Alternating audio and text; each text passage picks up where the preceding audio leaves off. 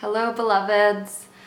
I have a bit of a personal story to share with you guys today, and the reason why I'm sharing this with you is because my beloved and I are filming a video this week on breakups, and I'll link it below. And I wanted to share a little bit more of a personal story with you all on the topic of conscious breakups. For my age, I've been in a few serious relationships, some shorter than others, some ending not very nicely, and others ending very maturely and consciously. More so my last couple of relationships. When I was younger, they were a little bit more dramatic. So this story is about someone I thought was my soulmate. Basically, before I had even met him. And if you've watched my other videos, I have talked a lot about expectations and attachment, and not attaching to expectations, which I really did in this particular situation. And this is a little bit strange, it even is for me, but it happened, so I can't really help it. When I was younger, I used to have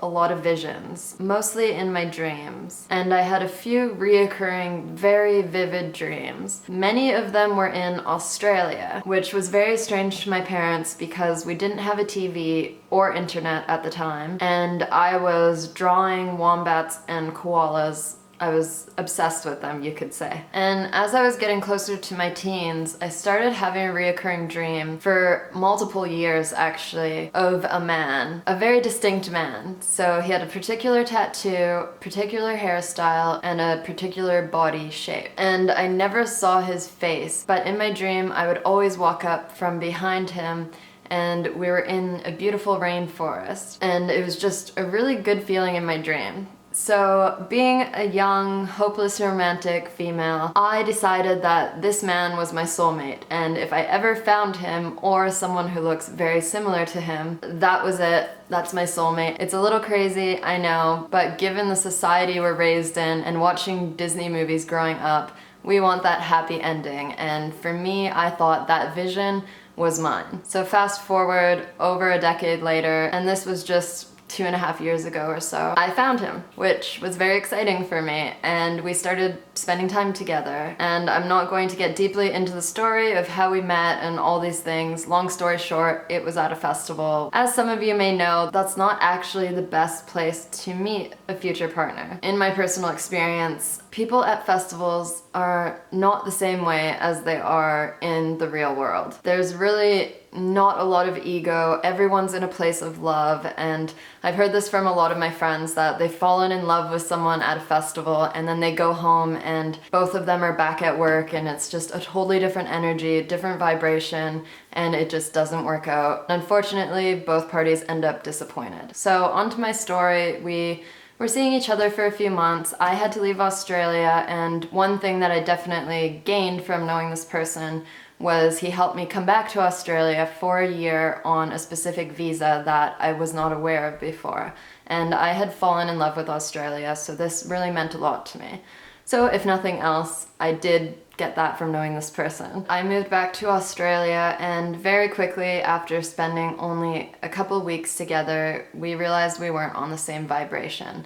But I wasn't willing to break it off because I had already formulated an idea in my mind of who this person was before I even got to know him. Simply because I had visions of him, and they were very exact. I showed him a picture of a drawing I did of my vision, and he didn't believe me that I drew it before we met. So you can imagine I was so excited, and was it not only the person I had been dreaming of, I also met him in Australia, the very place that I also had visions of. So I had been a gypsy traveler for a very long time, and basically that was enough for me to be like, yeah, let's go right into this. And he was not in the same place at all in his life. So he was the one to break it off. And it was really, really hard for me. Not because I was losing the person he was, but because I was losing this person I had visions of and I had waited my whole life for, and I had put these expectations onto both of us. So I was pretty heartbroken when I realized things were not going to go the way that I had dreamed they would. When he broke things off with me, he said we would do it as smoothly as possible, and I was a bit distraught at the time, so I didn't really listen or care about anything he was saying. But he did communicate very clearly what he wanted, or or didn't want, and I had to walk away very respectfully. Because he communicated maturely,